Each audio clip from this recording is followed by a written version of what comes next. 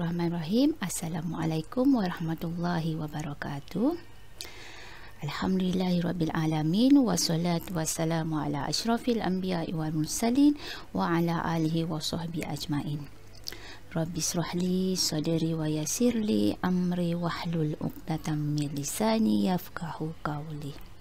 Allahumma sholli ala sayyidina Muhammad wa ala ali sayyidina Muhammad. Allahumma sholli ala sayyidina Muhammad wa ala ali sayyidina Muhammad. Allahumma sholli ala sayyidina Muhammad wa ala ali sayyidina Muhammad. Apa khabar anak-anak? Alhamdulillah kita dapat berjumpa lagi pada tajuk yang seterusnya pada hari ini. Sihat semuanya. Moga semuanya dalam keadaan yang baik, dalam keadaan yang selamat dan sentiasa dilindungi oleh Allah. Okey, Ustazah harap anak-anak telah mengulang kaji pelajaran pada tajuk-tajuk yang lepas dan telah selesai juga menjawab semua latihan-latihan. Okey, kalau masih kurang jelas boleh lihat balik video-video Ustazah. Baik, sebelum kita mulakan pelajaran pada hari ini, mari kita sedekahkan dulu surah Al-Fatihah kepada diri kita sendiri, kepada ibu ayah kita yang hidup dan juga yang telah meninggal dunia, serta untuk guru-guru kita, guru-guru yang masih hidup dan juga guru-guru yang telah meninggal dunia. Okey, mari kita baca sama-sama. Okey. A'udzubillahi minasyaitonirrajim. Bismillahirrahmanirrahim. Alhamdulillahi rabbil alamin. Ar-Rahmanir-Rahim. Maliki yaumiddin. Iyyaka na'budu wa iyyaka nasta'in. Ihdinas siratal mustaqim. Siratal ladzina an'amta 'alaihim ghairil maghdubi 'alaihim waladdallin. Amin. Amin amin ya rabbal alamin. Semoga surah Fatihah ini yang kita sedekahkan untuk diri kita, untuk ibu bapa kita yang hidup dan yang telah meninggal dunia, serta untuk guru-guru kita yang hidup dan yang telah meninggal dunia mendapat keberkatannya. Dan surah Fatihah ini juga Ustazah tujukan sedekahkan juga pada guru Ustazah, guru Jawi Ustazah yang telah meninggal dunia, iaitu arwah Ustaz Azman bin Ahmad. Bersama arwah Ustazah belajar Jawi selama beberapa tahun sehinggalah arwah meninggal dunia. Semoga arwah tenang dan semoga arwah ditempatkan bersama orang-orang yang beriman, insya-Allah. Amin. Okey, baik. Untuk hari ini kita akan masuk tajuk yang baru. Masih di dalam salah silah Jawi. Okey, maknanya yang ketiga selepas suku kata adalah perkataan. Okey, jadi tajuk pada hari ini kita akan lihat perkataan dan juga ejaan. Ada dua perkara ya, ada dua tajuk hari ini, iaitu perkataan dan ejaan. Okey, baik anak-anak, dah bersedia semua ya? Okey, kita mulakan. Okey, yang pertama sekali kita tengok perkataan. Okey, perkataan. Apa dia perkataan? Okey, ingat balik yang Ustazah pesan, yang Ustazah beritahu pada awal-awal video dulu. Okey, apa dia perkataan? Perkataan adalah himpunan satu suku kata tambah satu suku kata menjadi perkataan. Dan perkataan ini boleh terbina daripada satu suku kata, dua suku kata ataupun tiga suku kata. Okey, itu dia perkataan. Dan perkataan ini ada tiga jenis, iaitu kata Melayu, kata Arab dan kata Inggeris. Okey, ini yang Ustazah dah pendekkan. Nama panjang dia apa? Kata Melayu apa? Perkataan bahasa Melayu. Kata Arab, perkataan serapan bahasa Arab ataupun perkataan pinjaman bahasa Arab. Okey, untuk kata Inggeris, perkataan yang panjang dia apa? Kata serapan bahasa Inggeris atau perkataan pinjaman bahasa Inggeris. Jadi kat sini Ustazah akan gunakan yang pendek. Kata Melayu KM, kata Arab KA dan kata Inggeris KI.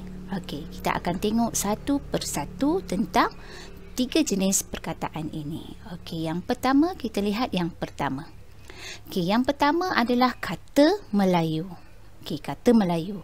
Okey, bagaimana cara untuk mengeja kata Melayu? Okey, kita tengok kat sini. Okey, kata Melayu iaitu kata perkataan bahasa Melayu. Cara mengeja kata Melayu adalah mengikut kaedah ataupun hukum. Maksudnya dalam perkataan tersebut ada kaedah ataupun hukum. Jadi Ustazah akan tunjukkan di sini. Ustazah akan tunjukkan di sini bagaimana cara nak mengeja kata Melayu. Okey, kita tengok sama-sama ya. Kita tengok perkataan bahasa Melayu. Okey, contoh perkataan bahasa Melayu, contoh perkataan dia apa? Okey, kita ambil yang mudah dulu ya. Okey, kita eja perkataan saku. Okey, saku. Okey, saku. Okey, nampak ya anak-anak? Okey, perkataan saku. Okey, cara untuk mengeja perkataan bahasa Melayu, dia mestilah mengikut kaedah ataupun hukum. Maknanya dalam perkataan saku ni ada kaedah, ada hukum. Okey, sebelum kita nak mengeja perkataan, khususnya untuk kata Melayu, yang pertama sekali kita kena tengok sumber bahasa dia apa. Okey, sumber bahasa untuk perkataan saku apa dia? Sumber bahasa tu maksudnya perkataan ni jenis perkataan apa. Okey, jadi saku adalah jenis perkataan kata Melayu.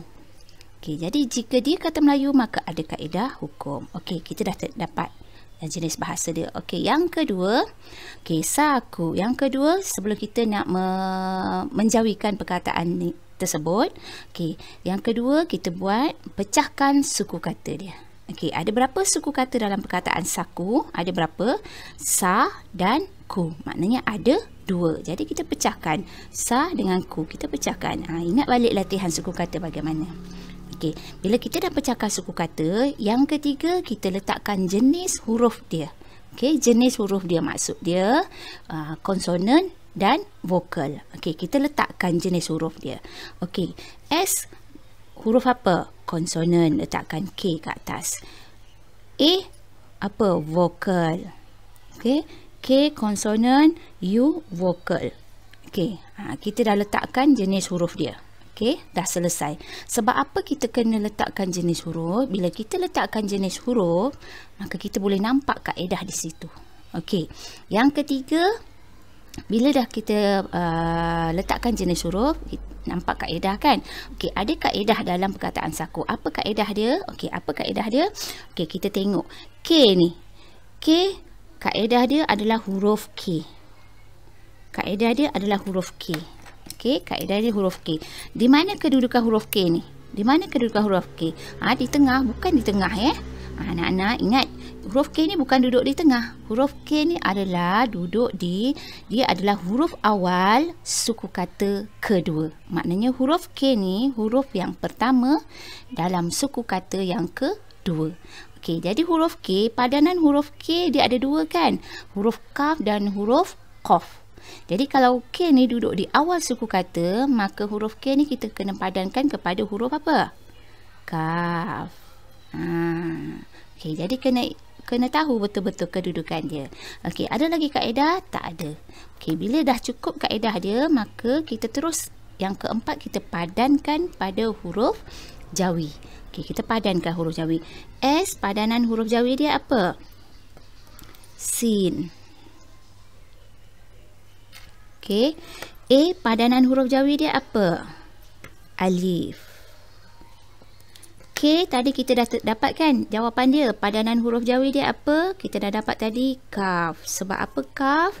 Sebab dia duduk di awal suku kata yang kedua. Okey, kemudian U, padanan huruf Jawi dia apa? Wow. Okey, bila kita dah padan huruf Jawi, kita nak cantumkan huruf-huruf ni supaya dia dapat menjadi satu perkataan. Okey, bila nak sambung, kita kena ingat balik sama ada huruf tu boleh bersambung ataupun tidak. Simbol tambah dan tolak. Sin dengan alif, tambah. Alif dengan kaf, tolak. Kaf dengan waw, tambah. Okey, dah dapat. Maka kita sambungkan. Sin dengan alif bersambung, kaf dengan waw bersambung. Saku. Jadi inilah perkataan, ejaan perkataan saku. Sin alif, kaf, waw.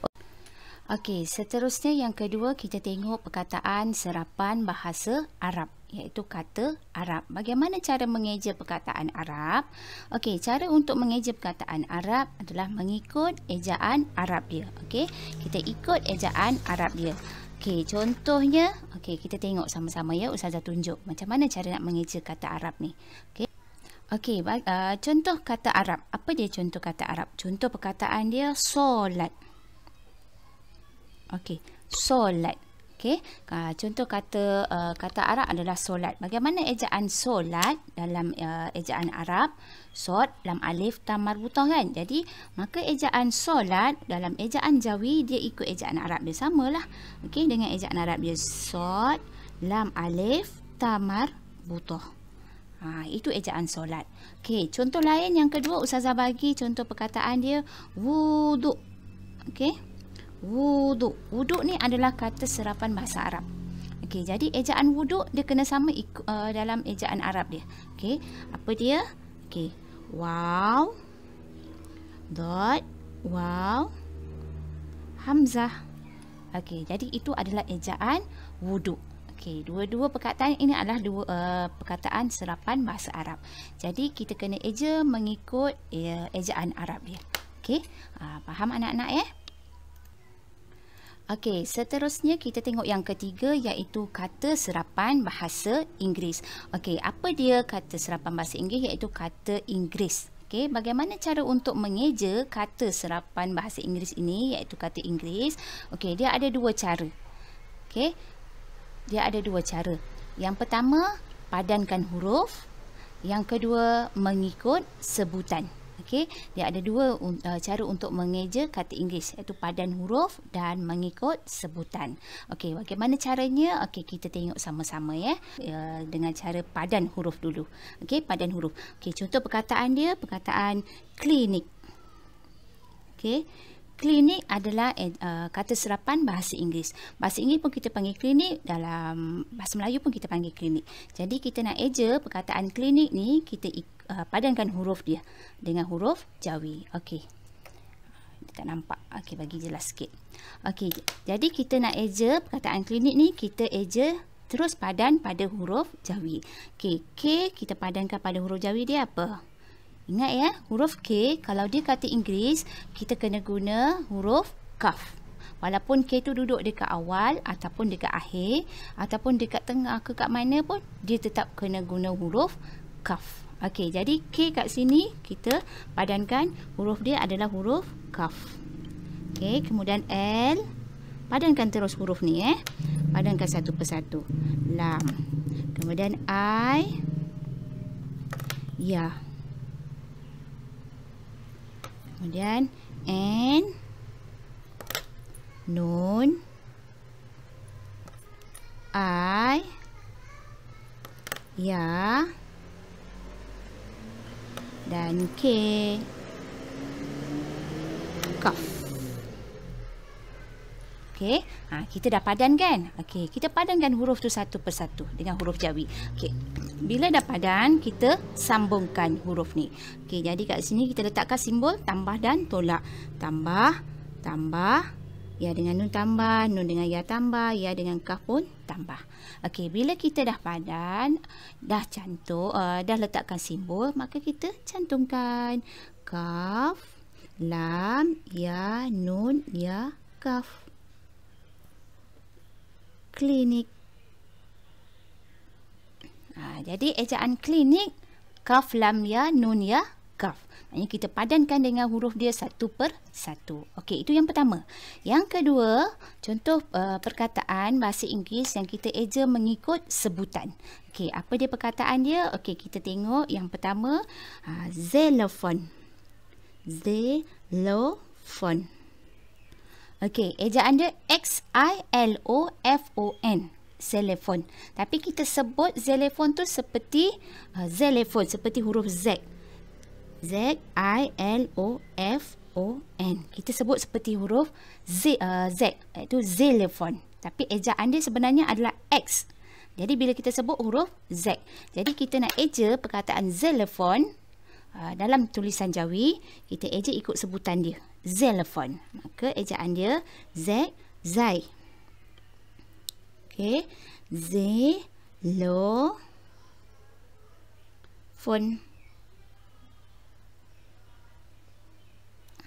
Itu ejaan xylophone. Maknanya ini xylophone dia eja mengikut sebutan. Okey, ikut sebutan. Maknanya asal dia huruf dia adalah X, tapi kita sebut dia seperti huruf xylophone, Z. Jadi kita padankan huruf Z tu dengan huruf zai. Jadi ejaan zai, ya, lam, waw, fa, waw, nun. Xylophone.